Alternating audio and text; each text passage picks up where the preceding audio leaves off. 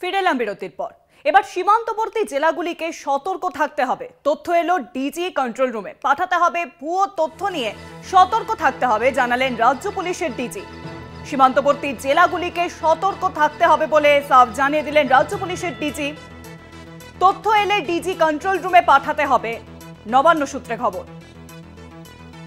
এ বিষয়ে বিস্তারিত আলোচনা করব নিউজ রুমে। এখন আমার সঙ্গে রয়েছেন আমাদের বিশেষ প্রতিনিধি দীপ্তিমান ভট্টাচার্য। দীপ্তিমান দা, কি তথ্য উঠে আসছে? কি ভারত পাক এই যে যুদ্ধ আবহ, তার জন্যই কি বা সীমান্তবর্তী রাজ্যগুলিকে সতর্ক থাকার পরামর্শ দেওয়া হলো?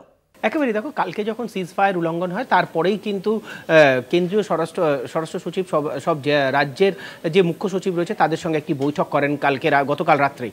তারপরেই আজকে কিন্তু এই বৈঠক ডাকা হয় এবং এই বৈঠকে যেটা জানা যাচ্ছে যে সব ডিপার্টমেন্টের যতগুলো এমার্জেন্সি ডিপার্টমেন্ট রয়েছে সবকটা ডিপার্টমেন্ট ছিল, সেখানে ডিজি নিজে ছিলেন বৈঠকে। এবং বৈঠকে মূলত যে সীমান্তবর্তী জেলাগুলো রয়েছে সেগুলোকে বিশেষ করে সতর্ক করা হয় এবং সেখানে বলা হয় বেশ কয়েকটা জিনিস, যেখানে কন্ট্রোল রুমে যারা প্রশিক্ষিত লোক রয়েছে তারাই সেই কন্ট্রোল রুমে বসবেন, তারাই এই পুরো কন্ট্রোল রুমটাকে মনিটর করবেন।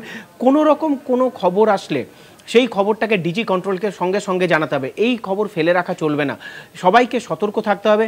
কোনো রকম কোনো মুভমেন্ট, কারুর কোনো রকম কোনো খবর আসলে পরে সেই খবরটাকে সঙ্গে সঙ্গেই কিন্তু ডিজি কন্ট্রোলকে জানাতে হবে। সীমান্তবর্তী জেলাগুলোকে থেকে কোনো ইনফরমেশন আসলে সেটা ভুয়ো হতে পারে, তা নিয়েও সতর্ক থাকতে হবে, যেন ভুয়ো খবর ছড়িয়ে না পড়ে সেটাকেও যেরকম মনিটর করতে হবে সেই মনিটরিংটাও করতে হবে। তারপরে সীমান্তবর্তী যে জেলাগুলো রয়েছে সেখানে বিশেষ করে নজরদারি চালাতে কিন্তু আজকের এই বৈঠক থেকে বলা হয়েছে। এছাড়াও বৈঠকে আরও বেশ কয়েকটি গুরুত্বপূর্ণ সিদ্ধান্ত নেওয়া হয়েছে এবং যেগুলো জানানো হয়েছে প্রত্যেকটি জেলা শাসকদেরকে। যেরকম জেলায় জেলায় লং রেঞ্জ সাইরেন বসানো হবে আর শর্ট রেঞ্জ সাইরেন বসানো হবে। অর্থাৎ যেই ইম্পর্টেন্ট লোকেশন রয়েছে, আমরা কিছুদিন আগেই খবর করেছিলাম যেখানে মুখ্য সচিব বৈঠক করেছিলেন জেলা শাসকদের সঙ্গে এবং ডিএমজি ডিজাস্টার ম্যানেজমেন্ট গ্রুপকে তারা বলেছিলেন যে কোথায় কোথায় এই সাইরেন বসানো যায় তার একটা তথ্য দিতে।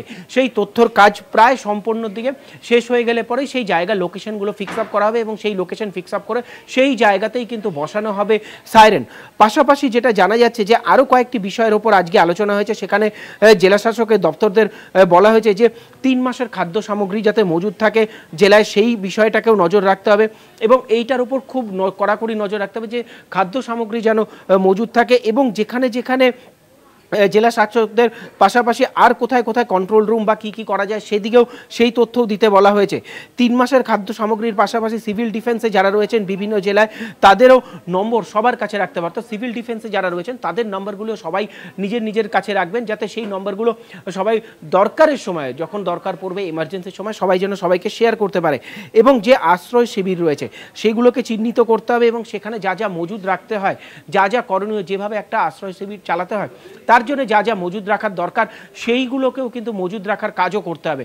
অর্থাৎ আজকে যে বৈঠক চলেছে প্রায় 1 ঘন্টার ওপর এই বৈঠক চলেছে, সেই বৈঠকে বেশ কিছু গুরুত্বপূর্ণ সিদ্ধান্ত, গতকাল রাত্রে যা বৈঠক হয়েছে তারপরেই এই সিদ্ধান্তগুলো নেওয়া হয়েছে বলেই আজকে জানা যাচ্ছে। অনেক ধন্যবাদ দীপ্তিমানদা।